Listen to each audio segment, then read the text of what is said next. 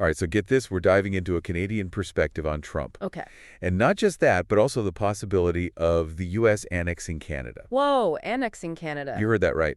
We're looking at excerpts from Forward Unto Dawn. It's a collection of writings by a Canadian author. So a Canadian looking at Trump. Exactly. And they have some pretty strong opinions about the whole thing. I bet they do. It's not every day you hear about one country potentially annexing another, especially not these two. Yeah, it's a pretty wild concept. And what's really interesting is how the author sees Trump.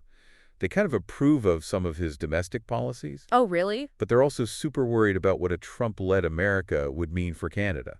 I can see why they'd be worried. It's a bit of a mixed bag, isn't it? Approving of his policies, but afraid of what it means for them. Yeah, exactly. It's like they're saying Trump might be good for America, but is he good for us? That's a tough question. I mean, how do you even begin to unpack that? Well, I think it comes down to understanding the author a worldview. They see Trump as a true sovereign. A truce. Yeah, like someone who governs with a strong hand, almost like a king. Interesting. So they're not necessarily a fan of typical republicanism. You got it. And that's where things get really interesting because the author seems to find this style of leadership appealing. Now, that's unexpected. A Canadian who admires a strongman leader. Why do you think that is? That's a great question.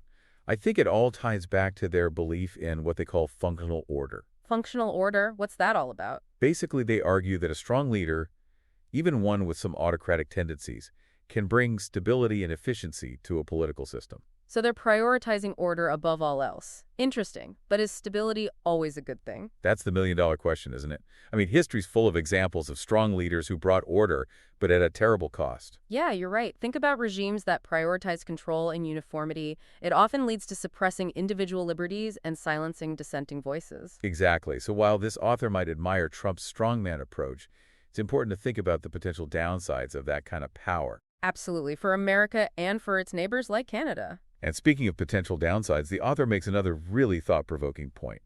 They say that Trump's comments about annexing Canada, even if he was joking, are existentially dangerous. Existentially dangerous. Yeah, they even go as far as to call them spells. Spells, that's some powerful imagery. What do they mean by that? Well, I think they're getting at the power of language, how words can shape reality and normalize ideas. Right. Even if you're just joking, the more you repeat something, the more they can take root in people's minds. Exactly. And when it comes to international relations, those casually uttered words can have a ripple effect. They can plant seeds of doubt and fear, for sure. And in this case, the author's worried that Trump's rhetoric, even if it wasn't serious, could normalize the idea of annexation for Americans.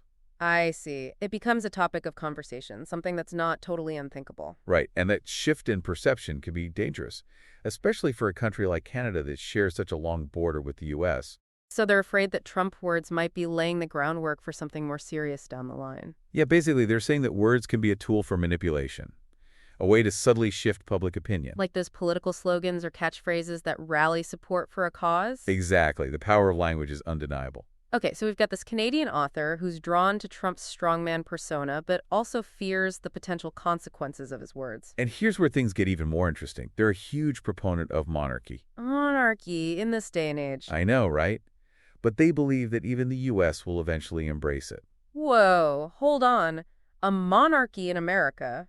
That seems pretty far-fetched. Why do they think that's even possible? Well, they have a pretty fascinating argument. They believe that human nature is inherently drawn to autocratic figures. Like kings and queens. Exactly. They say that deep down we all crave a singular leader, someone who embodies authority and provides stability. That's a bold claim. It kind of makes you question everything you thought you knew about human nature and political systems. Right? I mean, we've seen throughout history that different cultures have embraced all sorts of government models. Some have thrived under monarchies, others have flourished as republics or democracies. So is there really a one-size-fits-all answer when it comes to governing? I don't think so. It seems like political systems evolve over time, influenced by all sorts of social, economic, and cultural factors. And that brings us back to the author's fear of American republicanism. They're not a fan. Not really. They seem to view it as chaotic and unpredictable, something that threatens Canada's stability and identity. So they see a fundamental clash between the American and Canadian systems. And it all ties back to their earlier point about Trump being a true sovereign. They admire his ability to operate outside the norms of American politics. Right. It's like they're saying that Trump is acting more like a king and a president.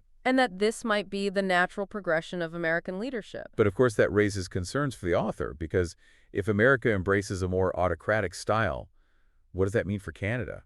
That's a really good question. What does it mean for Canada? I guess we'll have to keep digging into this Canadian perspective to find out. All right, let's do it. I'm hooked. You know, it's amazing how this author connects American politics, Canadian identity, and even monarchy all together. Right. It's like a whole different way of looking at things. Makes you wonder how much of our own political views come from where we grew up. Totally. We don't always think about why we believe what we believe about government. For sure. But let's not get lost in the political theory. I want to bring it back to the author's personal stake in all of this. They're not just talking about abstract ideas. They're facing the real possibility of their country being absorbed by another. You're right. It'd be easy to think of this as just an intellectual debate, but for them, it's deeply personal. Absolutely. They talk about this sense of duty to Canada, a responsibility to protect its sovereignty and its unique identity. And that's what drives their opposition to annexation. They even say it's worth dying to oppose. That's a powerful statement. It really shows how deeply they believe in this. Totally. They even say that life might be easier or more prosperous if Canada joined the U.S., but for them, that's not the point. It would be a betrayal of their ancestors, their history, and the future generations of Canadians. It's like they're saying we might be small, but we have a history and a culture worth fighting for. Exactly. And get this, they actually think it'd be better for Canada to be influenced by China, by the World Economic Forum, than to be annexed by the U.S. Wow, that's a surprising take. Wouldn't it be worse to be controlled by an authoritarian regime like China? You'd think so, right? But remember, for this author, the monarchy is everything. It's the core of their Canadian identity. So as long as Canada keeps its ties to the crown, they think there's hope. Yeah, basically, they're willing to accept some influence from outside, even from China, as long as Canada keeps its monarchical system. So it's a trade-off, political independence versus cultural identity, and for them, the monarchy is non-negotiable. It really makes me think differently about what threatens a nation's sovereignty. We usually think about military invasion or political pressure. But for this author, the real danger is losing their distinct Canadian identity. And that leads us back to their prediction about the U.S. eventually becoming a monarchy. It seems pretty unlikely, but it makes sense when you see it from their point of view. They believe so strongly that monarchy is the best system, the natural order of things. They even say that human nature demands an autocrat. It makes you wonder, are we really wired to want a strong leader? Or does it depend on our history and culture? I think it's probably a mix of both. We see all kinds of governments throughout history, monarchies, republics, democracies. So maybe there's no single right answer. It depends on the context. Exactly. Political systems are always evolving, shaped by so many different things. And that brings us to another interesting point. The author is disillusioned with Canada's current state, but they still believe in its potential. It's not blind patriotism. They see the problems, but they haven't given up hope. Like they're saying Canada's struggling, but we can't forget what it could be. And that comes from their sense of duty to the past and future generations. It's like they're carrying a torch, building on what came before and working for a better future. It's a powerful reminder that we're all part of a bigger story. Our actions have consequences that last longer than our own lives. And this author's perspective shows us that some things are worth fighting for, even if it means sacrifice. It's a heavy thought, but also inspiring. We have a responsibility to shape the world for ourselves and for future generations.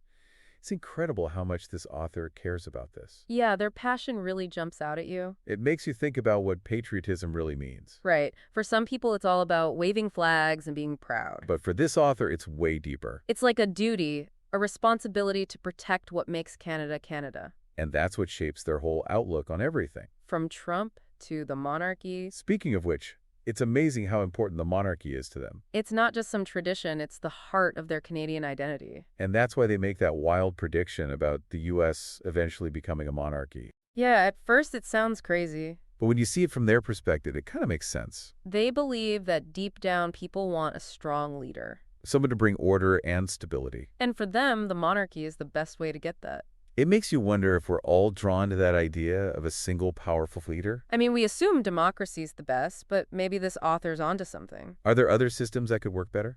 These are big questions, and I don't think there are any easy answers. But that's what makes this so interesting. It gets us thinking outside the box. Even if we don't agree with everything the author says, I think we can learn a lot from them. Their passion, their willingness to stand up for what they believe in. It's inspiring. It reminds us that we all have a part to play in shaping the future. So as we finish up this deep dive into a Canadian view on Trump annexation and the future of both countries, It's been quite a journey.